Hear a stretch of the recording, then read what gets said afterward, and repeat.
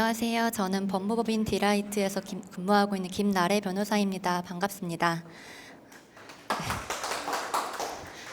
저는 오늘 특허법원 핵심 판례 심화 분석이라는 주제로 발표를 진행하도록 하겠습니다.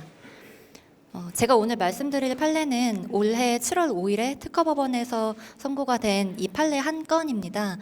당뇨병 치료제인 가부스정에 대해서 물질 특허를 가지고 있는 오리지널사인 N사에 대해서 제네릭사 등인 H사나 A사 등이 특허권 존속기간 연장 무효를 청구한 사안입니다.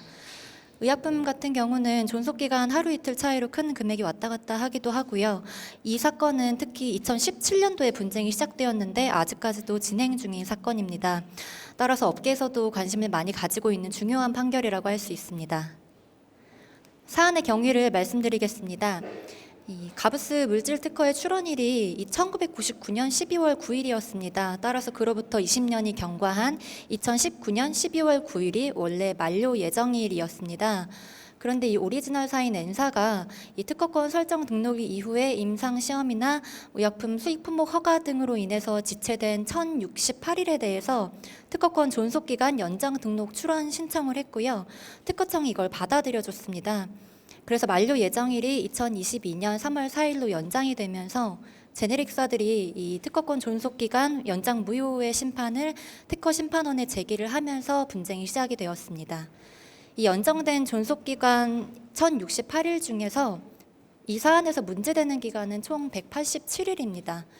2022년 기준으로 이 가부스정의 처방액이 약 300억 원 이상에 달하는 점을 고려하면 이 반년가량의 기간에 대해서 존속기간 연장이 무효로 인정되는지 여부가 양사 모두에게 중요한 문제라고 할 수 있습니다. 2017년부터 현재까지 총 5번의 심결과 판결이 있었고요. 제가 오늘 말씀드릴 특허법원 판결에서는 이 제네릭사들의 주장을 모두 배척을 하고 이 187일에 연장된 기간을 모두 무효로 판단하는 결론을 내렸습니다. 현재 제네릭사가 상고를 한 상태여서 대법원에서 상고심 진행 중에 있습니다. 사실관계를 말씀드리겠습니다. 제가 판결문에서 가지고 온 그림인데요. 아래쪽에 노란색 하이라이트 된 부분이 이 사건에서 문제되는 부분입니다. 즉 기간 1 먼저 보시면 이 임상시험 종료일 다음 날부터 원료 의약품 정보심사인 DMF 심사 신고서 제출일 전날까지 총 132일의 기간이고요. 아래쪽에 기간 2는 DMF 심사 신고필증 교부일 다음 날부터 안전성 유효성 심사 신청일 전날까지 55일의 기간입니다. 총 187일의 기간이 이 존속기간 연장 무효의 판단의 대상이 되었습니다. 왜 이 187일이 문제가 되었는지 관련 법령과 법리를 간단하게 소개해 드리려고 합니다. 2017년에 선고된 대법원 판례인데요. 의약품의 발명을 실시하기 위해서는 약사법에 따라 허가를 받아야 하는데 이 특허권자가 허가를 받는 과정에서 그 발명을 실시하지 못하게 되는 불이익을 얻게 되기 때문에 우리나라 특허법은 그 허가를 받기 위해서 특허 발명을 실시할 수 없었던 기간만큼 그 특허권의 존속기간을 연장해주는 제도를 마련하고 있다는 판시입니다. 관련된 특허법 규정인데요. 이 사안이 적용될 당시의 구특허법 제89조 특허권 존속기간의 연장에 관한 규정을 보면 이 의약품 허가를 받는 데 필요한 활성, 즉 유효성, 안전성 등의 시험으로 인해서 이 특허 발명을 실시할 수 없었던 기간에 대해서는 최대 5년의 기간 내에서 존속기간을 연장할 수 있는 것으로 규정하고 있습니다. 또한 제91조 특허권 존속기간의 연장 등록 거절 결정 제2항에 따르면 이 특허권자에게 책임 있는 사유로 인하여 소요된 기간에 대해서는 특허 발명을 실시할 수 없었던 기간에 포함되지 않는다고 규정합니다.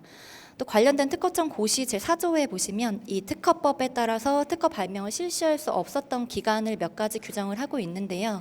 그 중에 하나가 이 약사법상 임상시험용 의약품으로서 식약처로부터 임상시험계획서 승인을 받은 날 또는 특허권의 설정 등록일 중 늦은 날부터 의약품 허가를 받은 날까지의 기간이라고 규정을 하고 있습니다.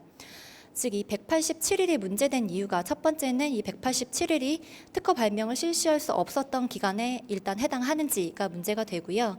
그리고 두 번째로는 만약에 해당한다면 그렇다면 그 기간이 혹시 특허권자에게 책임 있는 사유로 인하여 소요된 기간, 즉 귀책 기간은 아닌지가 쟁점이 되는 사안입니다. 네, 그래서 첫 번째로 특허 발명을 실시할 수 없었던 기간 자체에는 해당하는지 여부에 대해서 먼저 말씀드리겠습니다.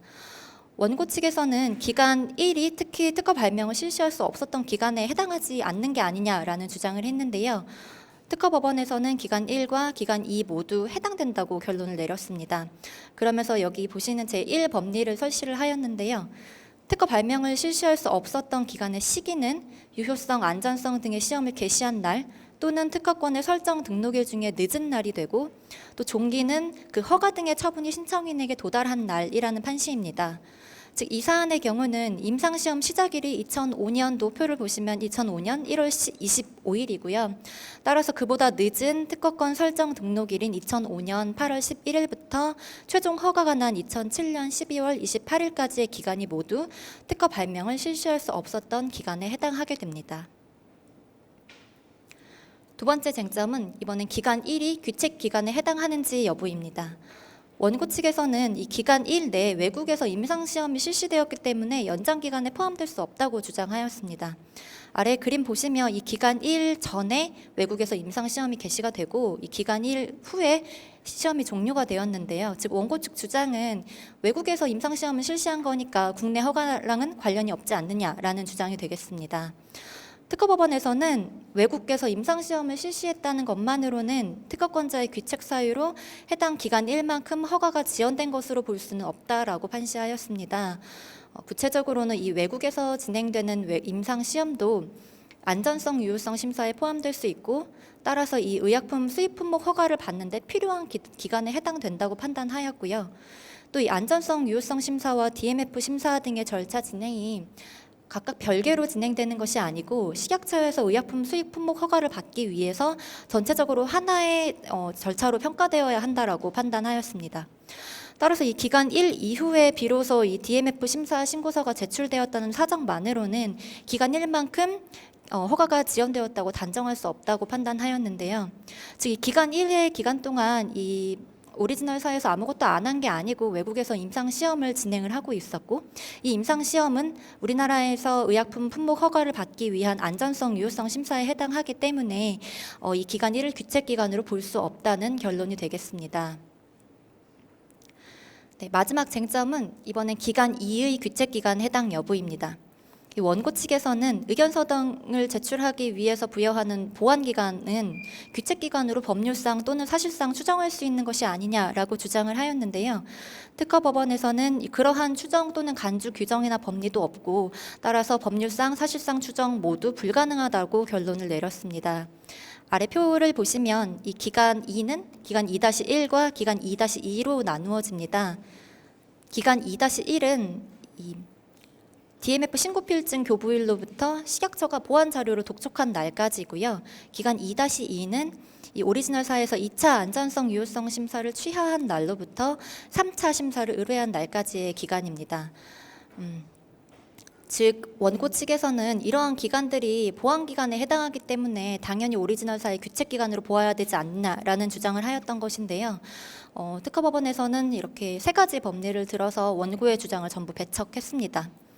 제2법리는 먼저 특허권자에게 책임 있는 사유로 인하여 소요된 기간이라 함은 이 특허권자의 규책 사유와 허가 지연 사이에 상당 인과관계가 인정되는 기간이라고 판시하였습니다. 즉, 이 상당 인과관계가 인정되어야만 규책 기간으로 인정할 수 있다라는 판례이고요. 그리고 제3법리는 식약처 내 어느 심사부서에서 보완 요구가 이루어져서 그동안 심사가 진행이 되지 못하고 있다고 하더라도 그동안 식약처 내 다른 심사부서에서 심사가 진행되고 있었다고 하면 그 기간 역시 허가를 위해 소요된 기간으로 볼 수 있다라는 판례입니다. 즉 보완 기간이라 하더라도 규책 기간으로 볼 수는 없다라는 판례가 되겠습니다. 마지막으로 제4법리는 존속기간 연장 등록에 대해서 무효 심판을 청구하는 이 제네릭사 등이 그 무효 사유에 대해서 주장 증명할 책임을 부담한다는 판례입니다. 즉 특허법원은 이러한 법리에 비추어서 보완기간을 함부로 규책기간으로 추정하거나 간주할 수도 없고 또 원고가 이 보완기간이 규책기간으로 추정되거나 간주된다는 것에 대해서 충분히 증명하지도 못하였기 때문이라는 이유로 원고의 주장을 모두 배척하였습니다.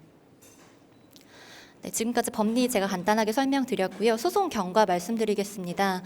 2017년도 7월에 제네릭사가 심판 청구를 하면서 분쟁이 시작이 되었습니다. 1심 특허 심판원에서 2019년도 2월에 제네릭사의 손을 들여주는 심결을 내었습니다. 즉 기간 1과 기간 2 모두 무효라는 심결을 냈고요. 따라서 오리지널사가 바로 항소를 해서 2심 특허법원에서는 2020년도 10월에 기간 2만 무효에 해당하므로 1심 심결을 전부 취소하는 판결을 내렸습니다. 3심에서는 전부 승소자인 오리지널사의 상고 이익이 없다는 이유로 각하 판결을 내리면서 이 사건을 다시 1심 특허 심판원으로 환송을 했습니다.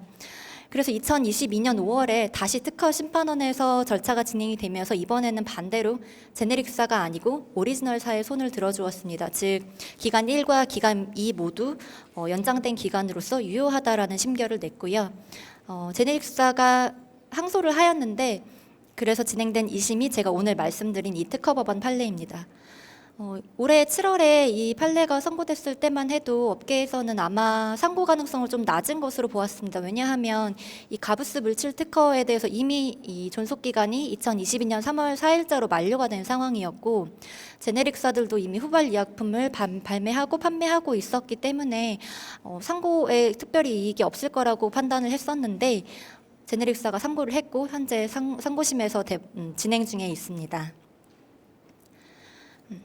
시사점 마지막으로 말씀드리겠습니다. 이 판례 주요 법리를 간단하게 다시 말씀드리면 첫 번째로는 이 외국에서 진행되는 임상 시험도 국내에서 의약품 수입 품목 허가를 받기 위한 절차로 인정될 수 있다는 점, 그리고 보안 기간을 귀책 기간으로 함부로 추정하거나 간주하지 않고 좁게 해석할 수 있다는 점입니다.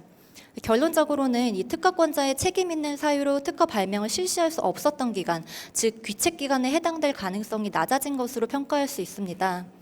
우리나라 제약사들도 신약 개발을 요즘 많이 진행을 하고 있는데 이런 국내 신약 개발사들도 특허권 존속 기간의 연장 가능성이 높아졌다는 점을 좀 염두에 두실 필요가 있겠습니다. 현재는 존속 기간이 20년에서 연장이 되면 보통 플러스 2년 정도까지 연장이 되는 게 일반적인 경우인데요. 만약 이 판결이 확정이 되면 20년 플러스 최장 5년까지도 연장이 가능할 것으로 예상을 하고 있습니다. 또 최근 들어서 이 존속 기간 연장 무효 관련돼서 분쟁이 좀 증가하고 있는 추세입니다. 더불어서 이 사안하고는 다르지만 이 존속 기간 연장 기간 동안의 특허권 권리 범위 확인 관련된 분쟁도 많이 늘어나고 있는 추세고요. 따라서 이 판결의 확정 여부가 좀 중요한 상황입니다. 상고심에 계속 중인 만큼 대법원에서 어떤 결론을 내릴지 앞으로 확인을 해보실 필요가 있을 것 같습니다. 네, 이상으로 발표 마치겠습니다. 감사합니다.